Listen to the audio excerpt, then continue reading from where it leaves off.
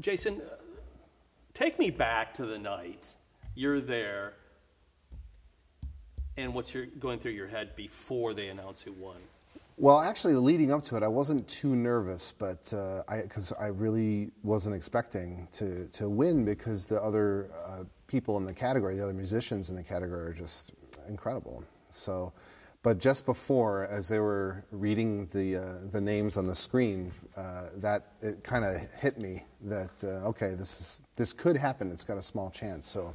And did you have the butterflies at all? Just right then, when it got to our category. Just bam, it hit you right then. Yeah, and they read the name, they said play, and it was an unbelievable time. Did you do one of those, what did they say? Yeah, a little bit. Yeah. I was like, I think I just froze for a second, and then I looked at my wife, and my producer was next to me, and he was like screaming, and it was great. It's a great time, great moment.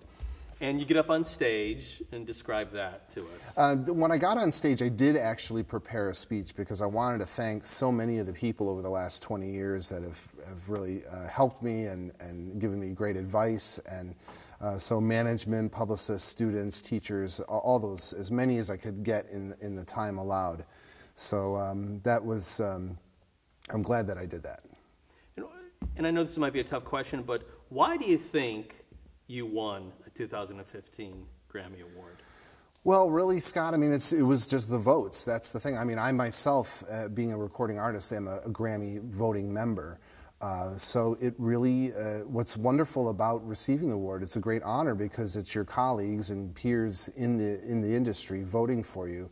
And so it really comes down to votes, which is why I didn't expect to win over Leon Fleischer or Daniel Trifanoff, and it's amazing artists. So it really is quite an honor. What made this album unique, do you think? And maybe I didn't phrase that correctly. You won the Grammy Award for Play. Why do you think that rang the bell with Grammy voters? It must have. I think the record really resonates with a lot of people. It's a fun record, but a record that contains a lot of beautiful music and a lot of uplifting music. And I think maybe that had something to do with it during these times, which are pretty crazy. Was this the music in the album? Was this something that just flew out of you, or was it tough?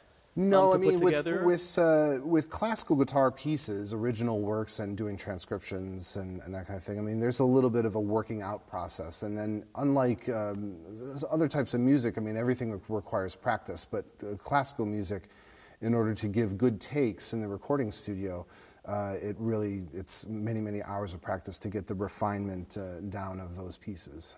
And how crazy has it been since you won up till now? Well, things are always pretty crazy with my career and everything before that, but now there's like 3 interviews for every 1 interview now that I do. Because you're the man now. It's definitely a new kind of feeling.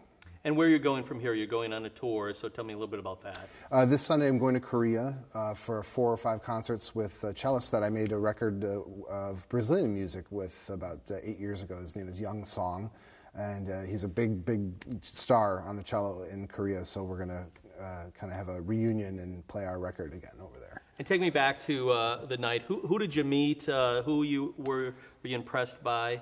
The red carpet scene was pretty amazing. I mean, of course, a lot of the usual suspects, celebrities were roaming about and walking right past us, like Questlove and Pharrell and Sia and other nominees of the night, like Ed Sheeran and everything. But for me, the really special thing was being able to meet Herbie Hancock, and also one of the Lifetime Achievement winners was Barry Gibbs. So I got my picture with both of those guys. That's pretty exciting. Yeah. Yeah. And tell me one more time what this means to you, winning this award.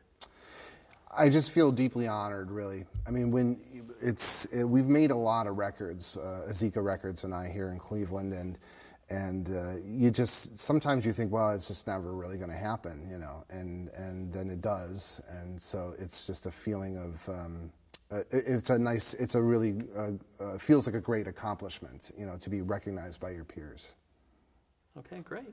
And by the way, have you had that party that you talked about yet? Or you've been too busy? It's been really crazy since like the month, since, and I said that I would have a party, and I'm going to stick by that. A big party. We want to have Celebrate. we want to have a big party here in Cleveland, and celebrate.